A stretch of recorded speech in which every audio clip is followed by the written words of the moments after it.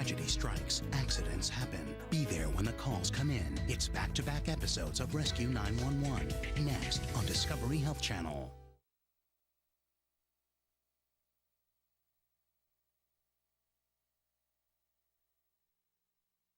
This is 911. Do you have an emergency? Today on Rescue 911, a fight for life. A young boy suffers a heart attack. I couldn't pick up a heart rate and I called 911. Now he must undergo emergency heart transplant surgery. It meant either life or death. Rescue 911.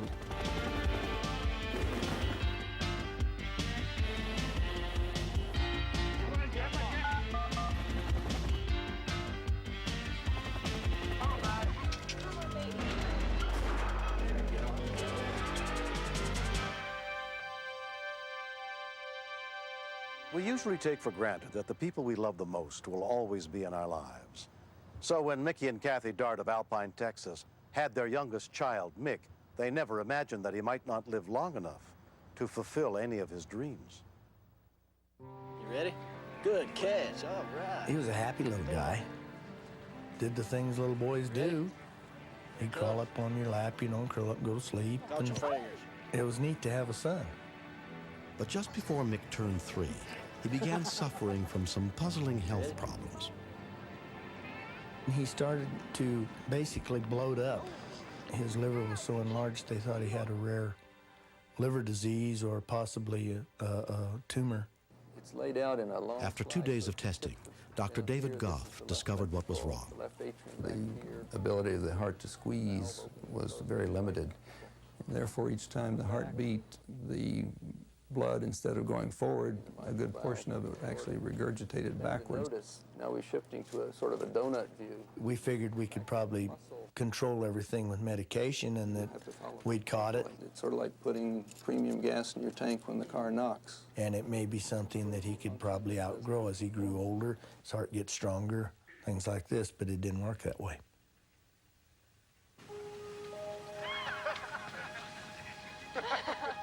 For several years, he seemed fine.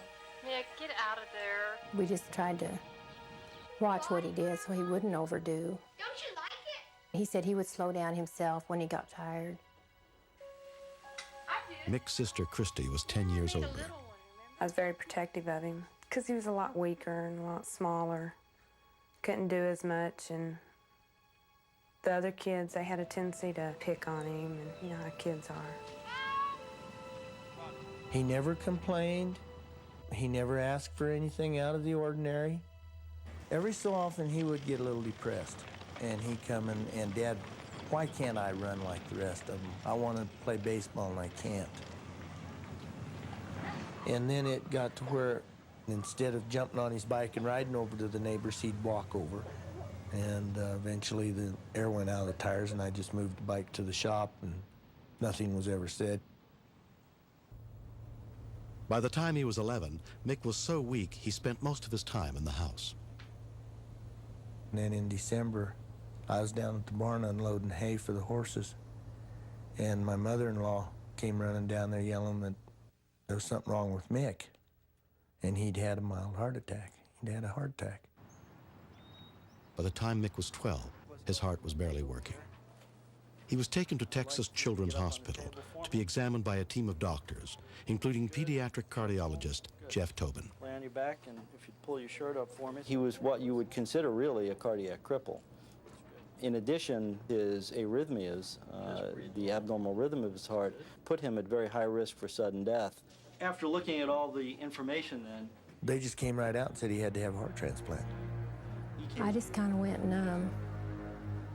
It meant either life or death.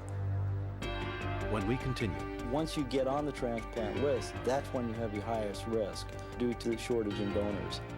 Most patients who die while waiting. Okay, bye.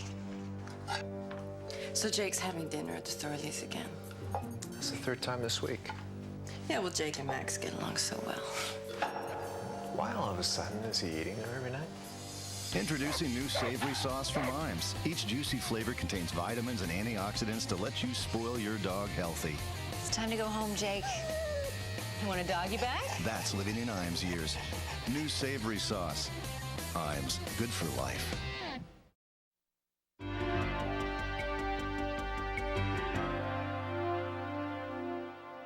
Because the Dart family lived more than 500 miles from Children's Hospital in Houston, Mick and his father moved into an apartment there to wait for a donor heart. It was just a matter of time before his heart gave out, because it was everything he could do to keep him going. One doctor described it as running a semi-truck on a lawnmower engine. It just doesn't work. It was real hard for me to leave him, because I had never been away from Mick more than one night since he was born.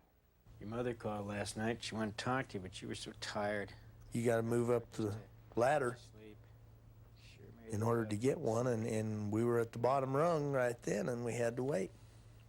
Once you get on the transplant list, that's when you have your highest risk due to the shortage in donors. Most patients who die while waiting. The morning he arrested, he talked me into going back to bed with him, right? I never heard him. Mick! I heard the same type of noise once before because my dad died in my arms. Massive coronary. You could see him gradually turning blue. And I couldn't pick up a heart rate, and I called 911. I knew I had to do certain things. I had to get the door unlocked. I had to give him CPR. I did make a mistake. I didn't get him off the bed instead of putting him on the floor where you'd have a little bit better control over him. My biggest fear right there was he may not be alive by the time they get here. I did a lot of praying. Fire department. The first Houston Fire Rescue Unit arrived within minutes, including EMT Arnold Tanguma. His dad had said, I think he's gone. We don't think that way. There's always hope for us. Notify him that we have CPR in progress. All right, no pulse. Paramedic Randy Cockrell was told about Mick's medical history. Because the heart is already damaged, you don't ever know if you're going to have a successful resuscitation. I shocked him. He converted fairly quickly. He's got a pulse, keep bagging him. But you also got to worry about the brain, because if the brain's been without oxygen so long, you will have brain damage. He's back in V-fib. He's back in V-fib. Clear. Clear. I shocked him again. Okay, check the pulse and bag him. Okay, he's back in normal sinus. Give me another blood pressure, see if it changes. When his father was telling me all the stuff about his heart condition, it's hard. To me, I thought he would live for about maybe a day or two, and that was it. Mick's mother and sister caught the first plane to Houston. When they arrived, Mick was in a deep coma. They told us that they would have to see if there was any brain damage from the cardiac arrest. And so temporarily he was off the donor list. We knew that he couldn't get better and that he would never get out of that bed unless he got a heart.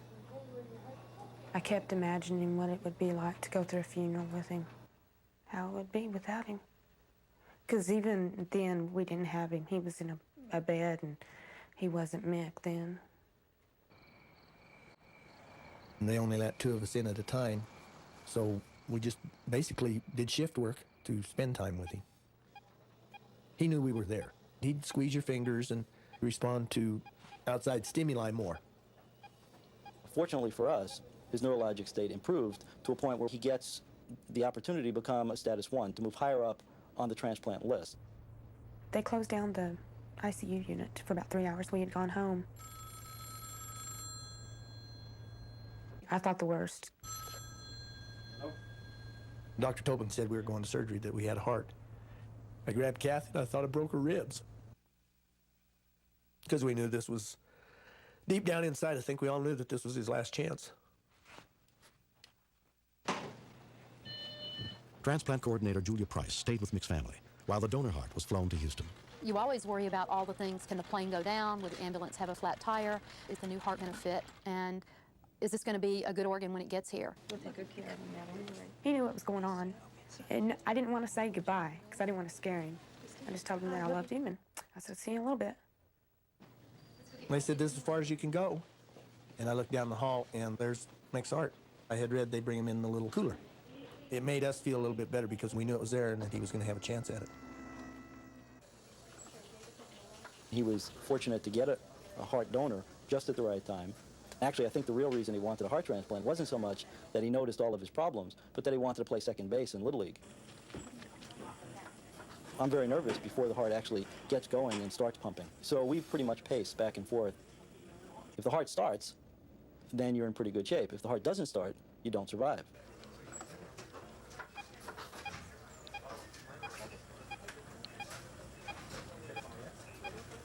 When they walked in a little over 2 hours, it scared the thunder out of us because we thought 3 to 4, 5 hour operation. New heart's in place, and it went in smoothly without any difficulties, and we're off to a good start. He was in a private room now, the recovery. The minute we went through the door, you could tell he was at peace. Best he's had. Best he's had. We got to put our hands on his chest and feel the heart beat. He says, oh, go ahead, it won't hurt. Right up here. His coloring was wonderful. I mean, he had rosy cheeks. His feet were warm for the first time in his life. Surgeon O. Howard Frazier had performed the delicate procedure. I think the bulk of the donors' families never really know what happens to these organs, but it can be so meaningful, and it can give a life to someone else's child. Mick was kept in the hospital for nearly 6 weeks to make sure his body didn't reject the new heart. Oh, boy. Without donations, there is no transplantation. And to me, for a family to be able, in their grief and their sorrow, to generously give so that others can live is the most wonderful gift that's out there. Oh my God, you don't stop me! We'll finally get some of those brother-sister fights that we never had before, and he's a normal little boy, definitely. He took his mother down and held her down, and she couldn't do anything about it. He's just that strong now. I can go outside, run around, play, eat whatever I want. It's a great life. Get him off! A year and a half after the transplant, Mick Dart celebrated his 14th birthday. He will always have to take medication to keep his body from rejecting the donor heart, but his prognosis is very good. All his friends played baseball, and because he couldn't run and work out, he wouldn't even go watch a game beforehand. Yeah, perfect. But this last summer, the minute, that it was time to register, he was down there. The first time he got up to bat, we both started crying because he was having the time of his life. I can see improvements in his coordination, his ability to run almost on a daily basis.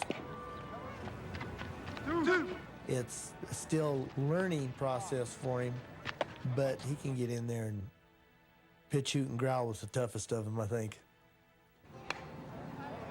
Though they'll never know the identity of the family who donated Mick's new heart, the Darts remain grateful to them. The part of their boy kind of still lives on.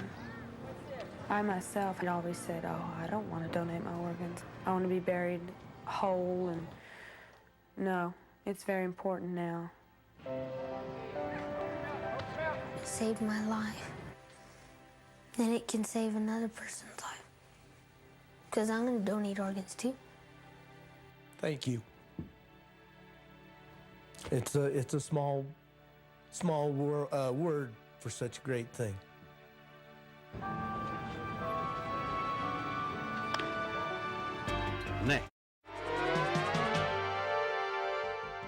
Next, step inside the command center where the calls for help are answered and meet the real-life heroes who save lives. Stay tuned for another episode of Rescue 911. Next on Discovery Health Channel. Real life, medicine, miracles. Mr. Shapiro, step out of the car, please.